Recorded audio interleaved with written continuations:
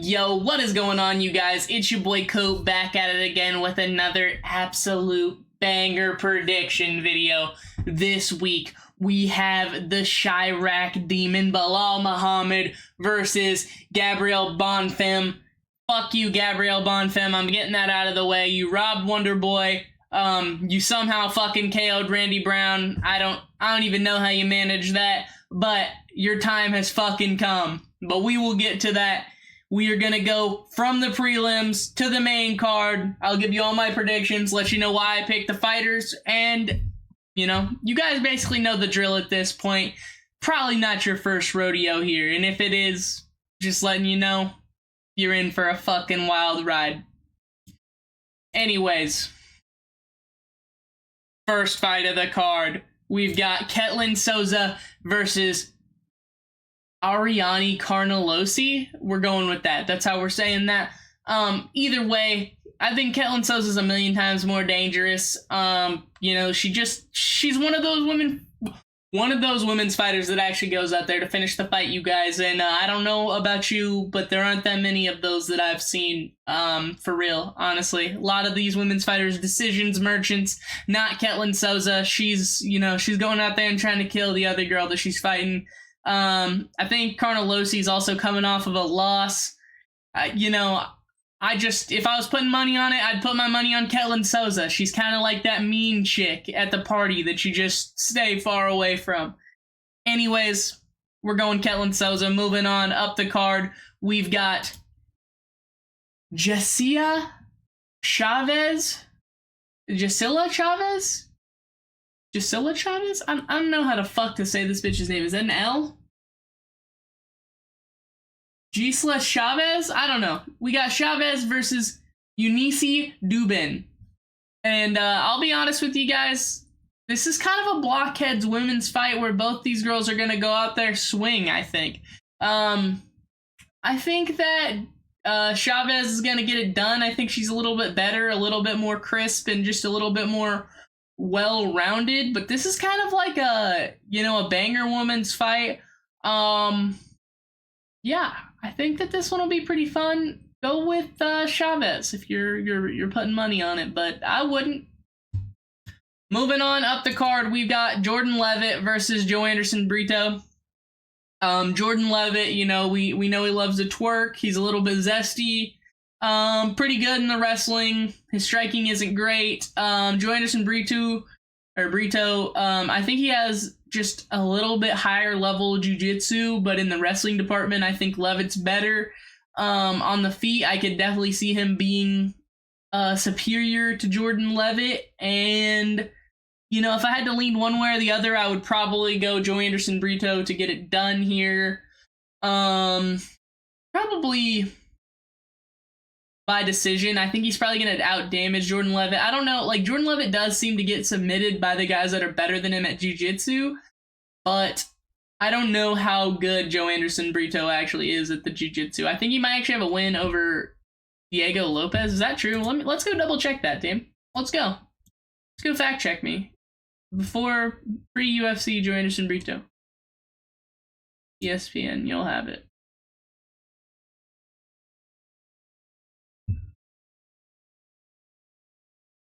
Yup. Diego Lopez, Dana White's Contender Series.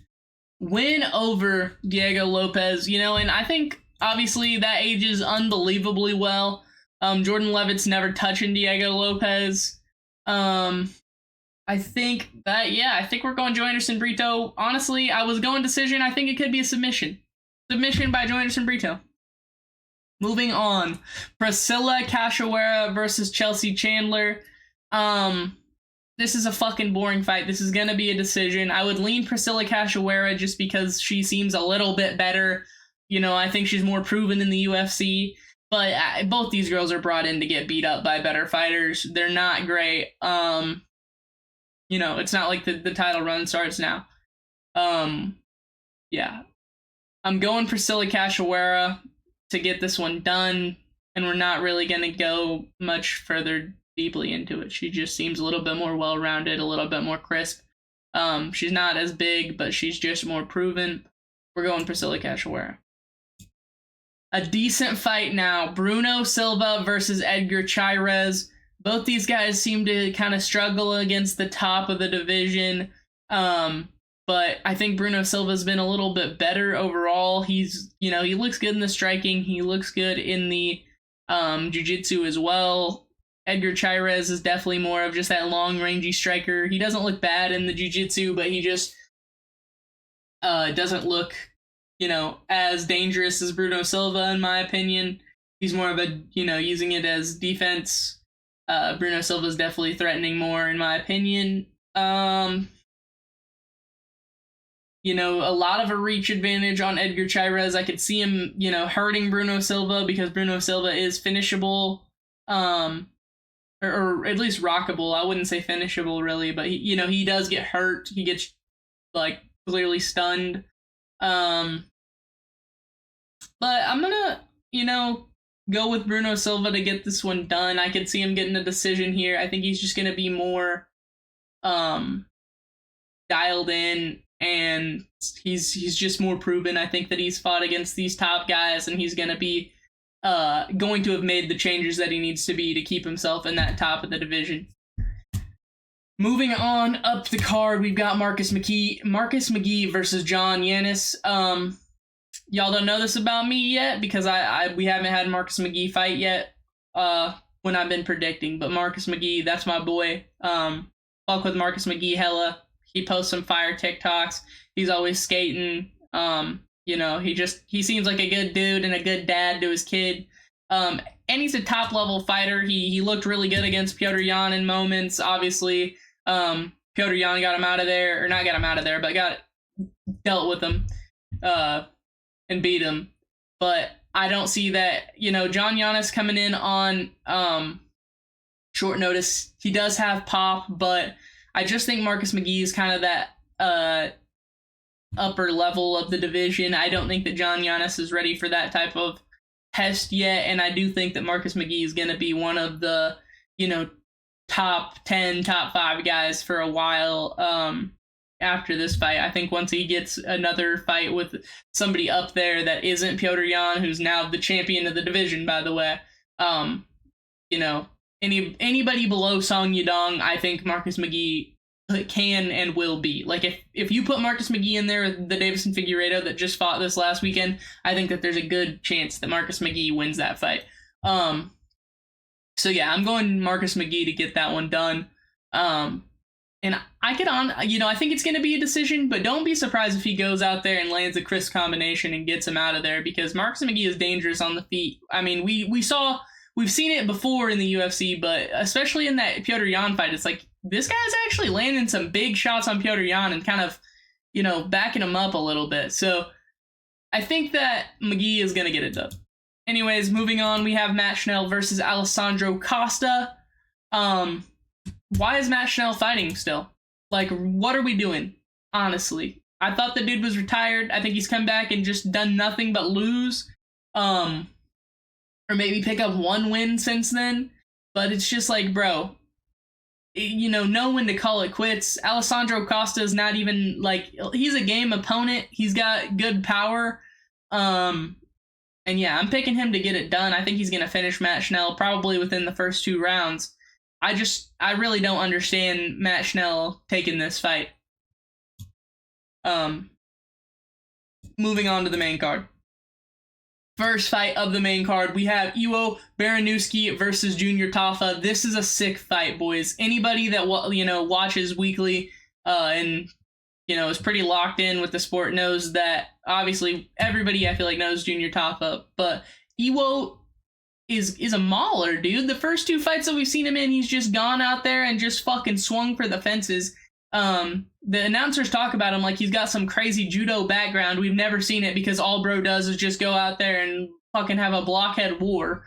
But if he does that with Junior Tafa, he's gonna get knocked the fuck out bad. I mean, Junior Tafa is top tier blockhead. He's got the, Islander genes. That's OP, dude. They're OP. They can't be chinned. And yeah, I think that if Iwo goes out there and is doing some cool ass judo throws and shit and takes Junior Tafa down, then yeah, he's going to be able to beat him and he's going to get him out of there. but we've never seen that from him. And what we have seen is when people get into a stand-up fight with Junior Tapa, they usually end up with their face on the fucking ground. So yeah, I'm going Junior Tapa. I think he's gonna get a pretty highlight KO here if it goes the way that I think it's gonna go. But do not bet on this fight, guys. Like, just don't. Moving on up the card, Bryce Mitchell versus Santiago Luna. The UFC obviously hates Bryce Mitchell. They cannot give this dude, any type of opponent that is pushing him up the rankings, that is also not dangerous as fuck. Santiago Luna is more dangerous than the other. I can't think of the guy's name that he was supposed to fight before this, but I would say Santiago Luna is more dangerous than his last opponent. Definitely in the striking. He doesn't look bad in the jiu-jitsu or the wrestling either. I think this is going to be a tough fight for Bryce Mitchell. I'm going to pick him to get it done. Good old Bryce, man. Going to pick Bryce to get it done by decision, but do not be surprised if Santiago Luna goes out there and just out-damages him and either wins a decision or gets a brutal KO. But I think Bryce is pretty locked in on training, and his ground game has been no joke his entire career. And I always just think back to that Ilia Topuria fight where Bryce Mitchell actually was one of the few people that was able to kind of deal with Ilia Topuria a little bit, at least for a little bit. So yeah, I'm going Bryce Mitchell to get it done by decision. Next, we've got Fereziam versus Tom Nolan. This is another fight where I was really on the fence about it. I didn't know who to go with, but I've kind of swayed myself towards Tom Nolan. I think that his striking is going to be what gets it done here. Fereziam is pretty defensively sound. He's pretty good everywhere. But Tom Nolan is kind of the same way. I would say he's less defensive in the striking, but whenever he's taken down, he's always getting up. He's always threatening a submission. And then on the feet, I feel like he's almost always the more dangerous guy in the exchanges. I think that he's going to get it done. I think he's going to land the bigger shots. And I think he is going to win a decision here against Fereziam, just out damage him and be able to escape the situations where he would have the most trouble. Because I think in the striking, he's going to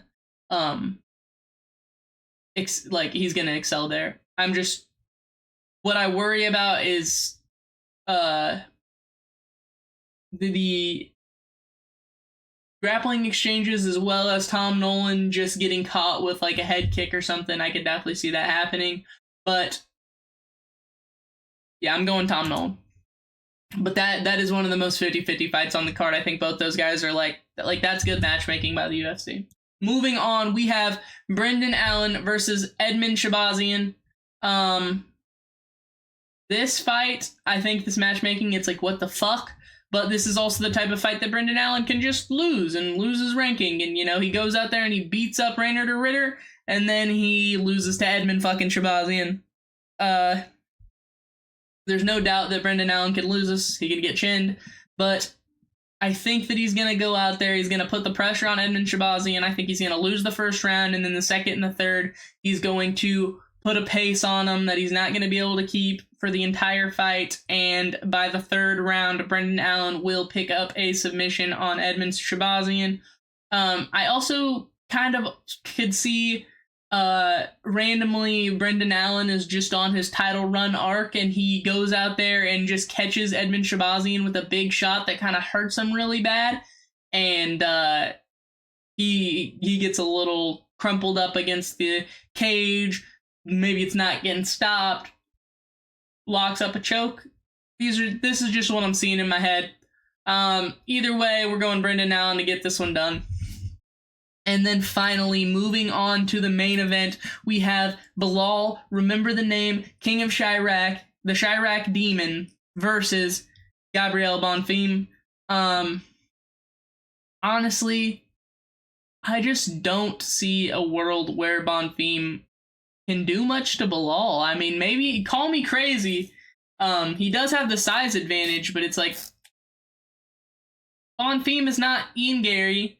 Bonfim is not JDM. He's not gonna be that crazy on the in the striking exchanges. I think he's gonna be around the same as Bilal. And then in the wrestling, I think Bilal is just leaps and bounds ahead of this guy.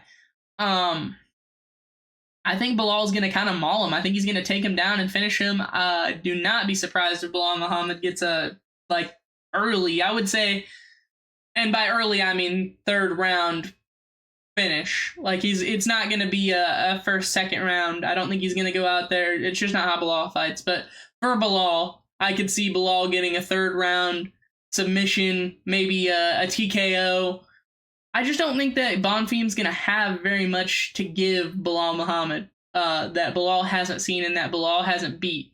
And, you know, I'm happy about it. I'm honestly really excited about it because Bonfim robbed my GOAT, my glorious King Wonderboy, and that's just not all right. So Bilal Muhammad needs to get, you know, he deserved his win over Wonderboy. And so we will, you know, hopefully we'll see Bilal avenge Stephen Thompson. Anyways, we're going to recap the card, boys. We've got Ketlin Souza. We've got Chavez. We're going Joe Anderson Brito, Priscilla Cachoeira, Bruno Silva, Marcus McGee, Alessandro Costa, Junior Tafa, Bryce Mitchell, Tom Nolan, Brendan Allen, Bilal Muhammad. Those are my picks for this weekend's fight night. Remember, like, subscribe, share, comment, and most importantly, remember, love y'all. Peace!